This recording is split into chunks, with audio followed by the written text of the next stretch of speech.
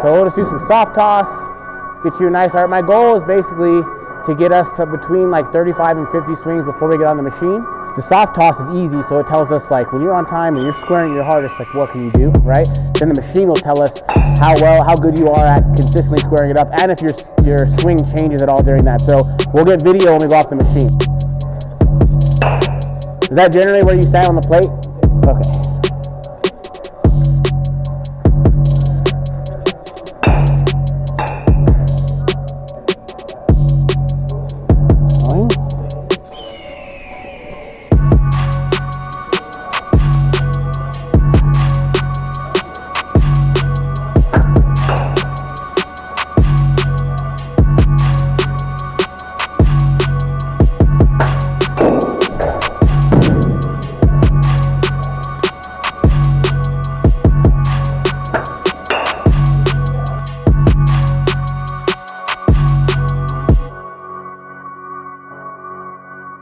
I want your insight on this.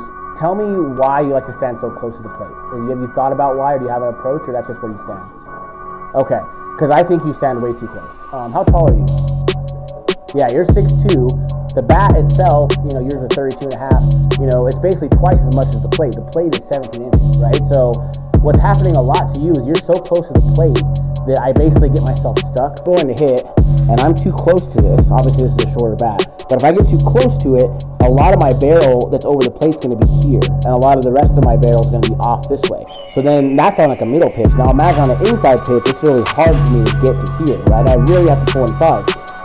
When I get too close to the plate like that, I just don't have the space to get here. You're tall, you have long levers, right? You can reach that outside plate really easy. Because my load is leaning way back, I'm shifting back, I'm not really turning my hips in, right? My hips aren't going like this, I'm just going like that, right? It's important for me to do this when I load, because in order for me to rotate fast that way, I gotta counter rotate a little bit to allow myself up to rotate faster this way, right? We start in a good stance, right here is good, but then instead of turning in, I just kind of lean back, my knee gets way over here, and then I stay back there, and now look, my hands are way in front there. My hips haven't even turned all the way.